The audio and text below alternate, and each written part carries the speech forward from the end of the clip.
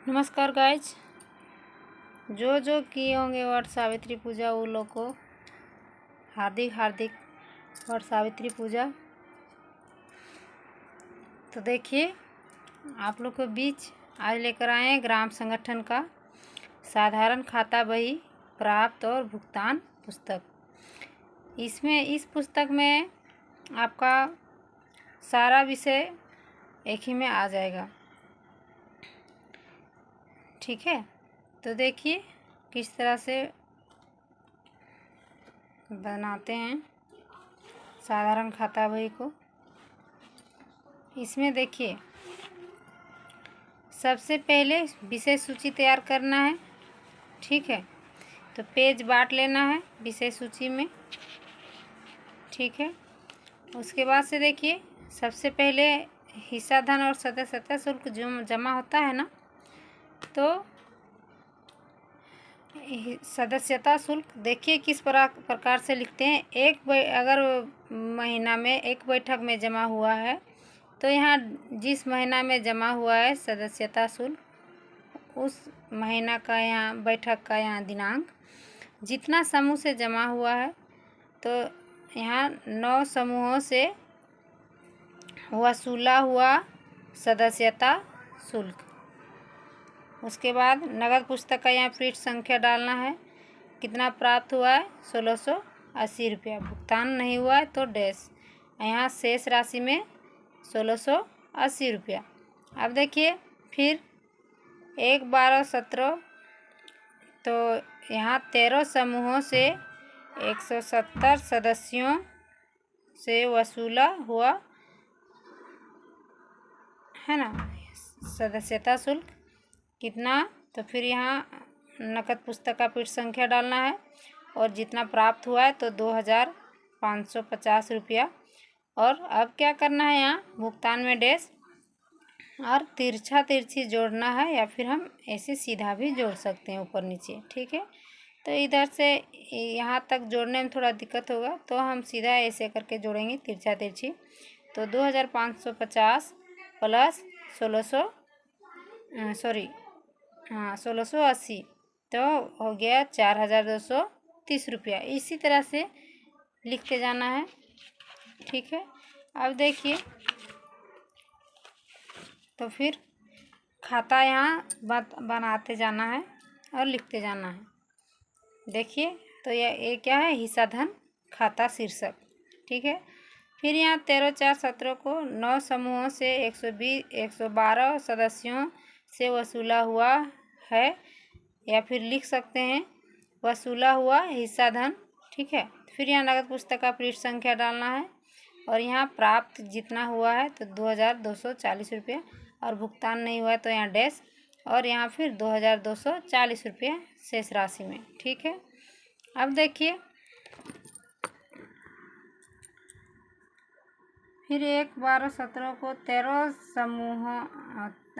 समूहों से 170 सदस्यों से वसूला हुआ हिस्सा धन। ठीक है, फिर यहाँ नगद पुस्तक का पृष्ठ संख्या लिखना है और यहाँ प्राप्त हुआ है 3400। ठीक है, और फिर भुगतान नहीं हुआ है तो यहाँ डैश, और अंतिम शेष राशि में फिर उसी तरह से जोड़ना है तिरछी या फिर सीधा ऊपर नीचे। ठीक है, तो देखिए 3400 प्लस 2240 रुपया तो 5640 रुपया। ठीक है, उसी तरह से सब लिखना है। अब देखिए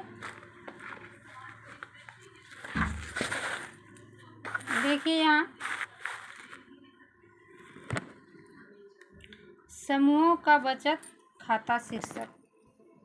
ठीक है, तो बचत जितना हुआ है सेम उसी तरह लिखना है। सिर्फ नगद पुस्तक जितना समूह से जमा हो रहा है उतना समूहों से बचत राशि। ठीक है, प्राप्त लिख सकते हैं। ठीक है, और यहाँ नगद पुस्तक का पृष्ठ संख्या लिखना है।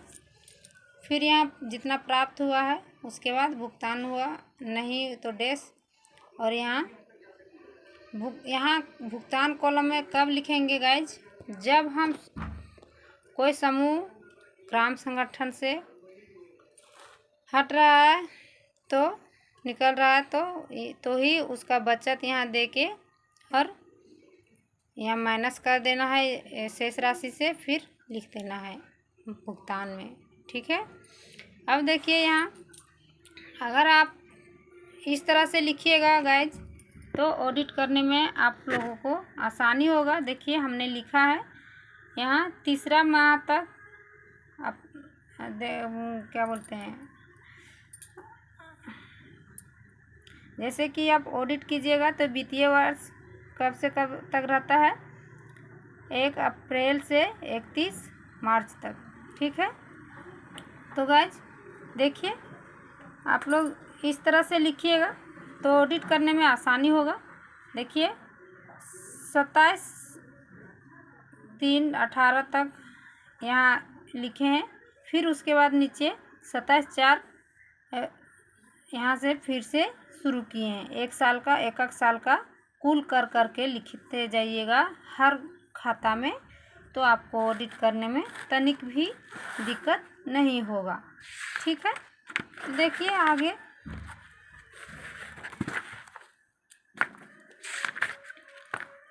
सारा उसी तरह है। CLF से ऋण वापसी, CLF को ऋण वापसी खाता शीर्षक, तो जितना ऋण वापस करेंगे उतना। देखिए यहाँ 22/4/19 को CLF से ऋण CLF को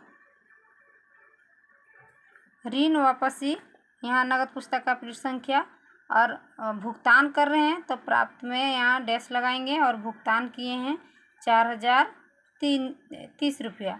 ठीक है। इसी तरह से लिखते जाना है। प्राप्त हुआ है तो प्राप्त के कॉलम में, भुगतान हुआ है तो भुगतान के कॉलम में। तो गाइज देखिए सेम उसी तरह लिखा हुआ है और हर मार्च के बाद हमने यहाँ कुल करके रखा हुआ है ताकि ऑडिट करने में कोई दिक्कत ना हो, आसानी से ऑडिट हम कर सकते हैं। ठीक है। उसके बाद देखिए सारा शीर्षक जितना भी प्राप्त भुगतान होगा इसी तरह से खाता शीर्षक करके लिख लेंगे। अब देखिए प्राप्त और भुगतान किस तरह से करना है। सो देखिए यहाँ ग्राम संगठन का नाम लिखना है और यहाँ महीना का नाम लिखना है। ठीक है। अब देखिए जितना प्राप्त हुआ है एक महीना में, जितना प्राप्त हुआ एक महीना में, तो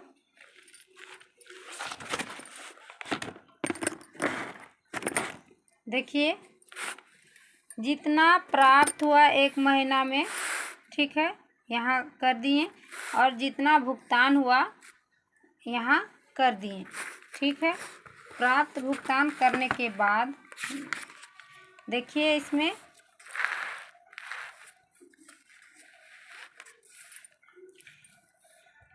यहाँ महीना का नाम लिखना है, महीने का नाम, उसके बाद आय और व्यय है, तो जितना खर्चा हुआ है यहाँ लिखना है और जितना आय हुआ है वो लिखना है। ठीक है।